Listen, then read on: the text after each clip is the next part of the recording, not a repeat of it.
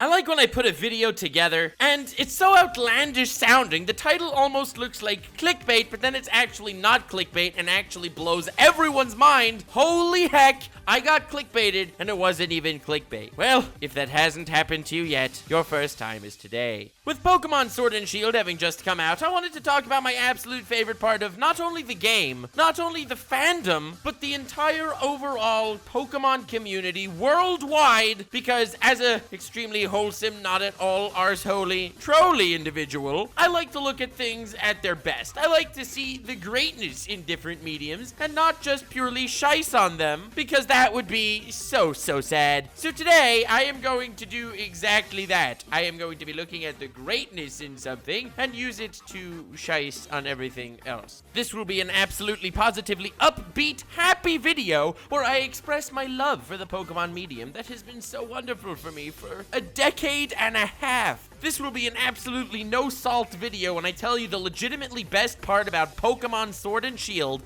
and I am not using hyperbole or exaggerations here at all. The extremely well-drawn art of certain characters that cannot be posted on many sites and should not be shown to people under the age of 18 are unironically the absolute greatest part of Pokemon Sword and Shield. I know, people told me not to do this video because I'm gonna get hate for it, and I decided what better reason is there to actually do this video. So definitely smash like and subscribe for future videos. That would be insanely awesome. I have a lot of cool stuff planned. I feel like from the absolute start when Sword and Shield was originally announced, people were already freaking out. Oh my god. It used to be like Fire Red, Leaf Green, Ruby, Sapphire, Diamond, Pearl, Sun, Moon, Sword and Shield. What's next? Pokemon Gun? Pokemon Bow? Rollerblades? I don't know why I thought of rollerblades. Pokemon Own a Hole and Dildo Edition? People were upset that they were now named after basic inanimate objects, almost as upset as when they realized that half the Pokemon are also based off boring inanimate objects. So, right from the announcement of these games, which is when I was extremely hyped, mostly because I'm not the hugest fan of Sun and Moon, blammo! Hit with the hate train. And honestly, thinking back, I don't think Sword and Shield could have been any better if it would have been called anything else. In fact, I think Sword and Shield is the perfect name for Gen 8 of Pokemon, mostly because half the fandom is attacking Pokemon and the other half the fandom is defending it. As time went on, there was controversy after controversy. People were upset at Nintendo, people were upset at other Pokemon fans, people were upset of fan art of black characters that didn't even whitewash them, but was just in an art style that looked lighter, so mass freakout happened on both sides. It turned into people calling not racists racists, and then actual racists are getting defended because the entire fandom is getting defended, which is mostly not racists. It was just a big mess, and it only got worse from there. Pokemon announced that only 47% of Pokemon will be available in the National Dex of Pokemon Sword and Shield. In other words, the first game without a National Dex. We're rapidly approaching 1,000 Pokemon, and a National Dex is big. This was very understood by a lot of people, and this was very much not understood by others. Now, I'm not downplaying any opinion in this matter. The National Dex controversy is definitely something that only hardcore fans really got into, because I don't think I know a single casual player of Pokemon that actually goes around in every game catching every single Pokemon. So all the casuals from the sidelines are watching World War III going on, and it's something that they can't even relate to. Some of the designs don't look great, some of the animations are bland and reused,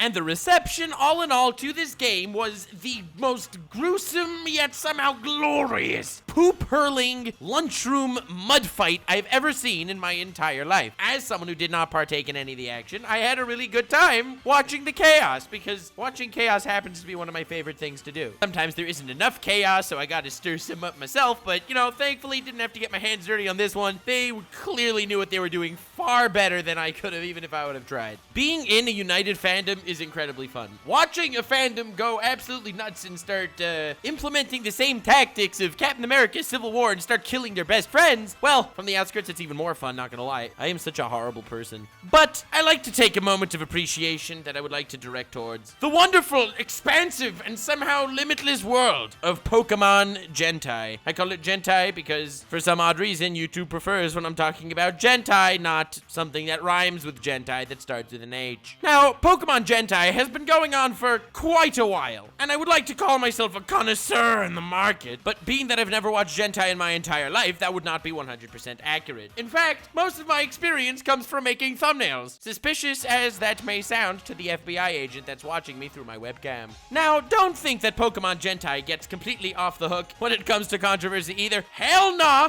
Did you draw that black character white? Did you draw that white character black? Did you draw that 12-year-old girl as someone hot? Did you give Hypno a dick for a nose? Did you give Gardevoir cleavage? Did you give Gardevoir cleavage and a weenage? Did you give that Gardevoir cleavage, a weenage, and a face that makes me squeamish? For some reason, controversies pop up everywhere, but the beauty of controversies that pop up in a Gentai landscape is that being that we're all somewhat involved in that community on a much more, say, primal level as opposed to an intellectual one, nobody gives a damn. Well, aside from the triggered people, but I'm talking about non-triggered people. You know, normal people. The normal people do not give a damn in this area. There's no actual war. You have people roasting whatever the hell fantasy that may be going on, but no one actually gives a flying rat-a-ta's butt wipe about any of those opinions. After all, you're incognito anyway.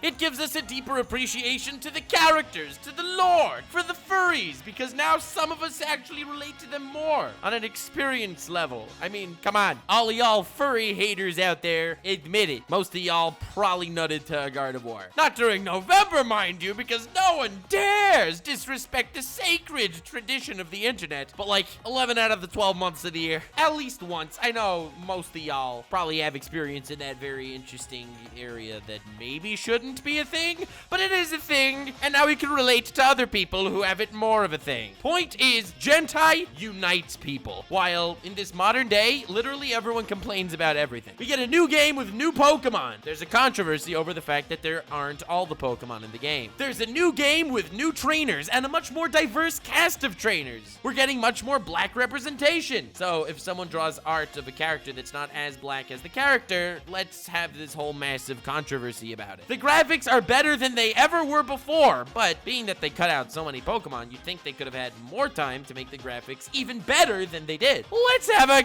controversy about that. We live in an era of the internet where complaining literally gets you clout. I'm not saying none of these complaints are warranted. In fact, the Sonic movie got a massive revamp due to the backlash they got from the first trailer, where they got a 90-year-old man with Parkinson's to stencil out Sonic's character design and also give Sonic their dentures just as like the cherry on top. Complaining about shiz works, fam, and that's very important, but one thing about the Sonic community, which I am not actually really a part of at all, they came together. This wasn't a controversy from the fandom perspective, and it worked. It's when the fandom itself is in civil war, and it's a civil war where the better zingers, the better roasts, and the louder complaints are the ones that turn the most heads. That's what makes it kind of unbearable for a lot of people. Now, I am not one of those people, because as I've mentioned, I thrive in chaos.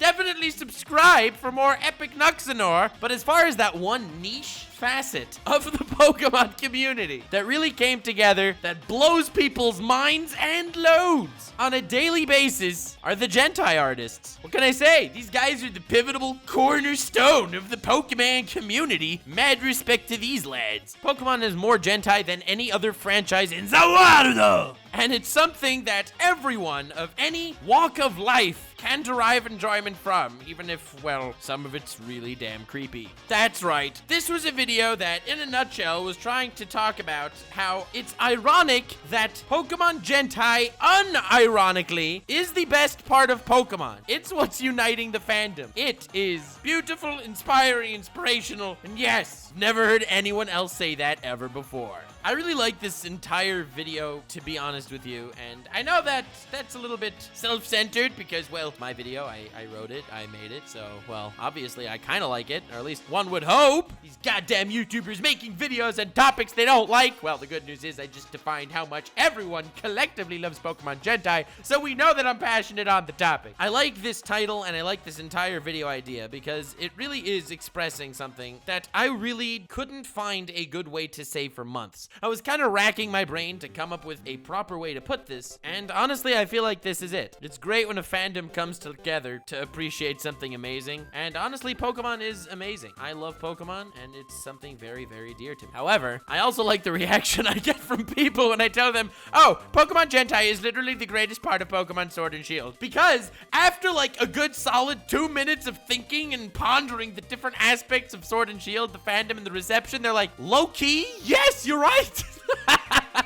Please share this video around to your friends. If you send the link in any of your social media, WhatsApp, or texting or anything, it'll pop up the thumbnail with the title and ask them, do you agree with this? Please answer before and after watching the video. That would be extremely cool. Send me screenshots of the combos on Twitter. Link to my Twitter is in the description. I will be retweeting my favorites. This was a hot take that I felt like was kind of fun because it does throw shade at certain areas of the internet that I want to throw shade at, but it also doesn't do it too heavily because, let's be honest, most things don't beat Gentai anyway, so saying Gentai is better isn't even necessarily such a roast. Please subscribe and smash that bell because there is more Pokemon content I actually want to do in the near future. Hit like if you enjoyed my slightly inflammatory video style that people get pissed off at for some reason, and I'm still not exactly sure why. Have yourself the most wonderful of evenings, and remember to stay weird, fam.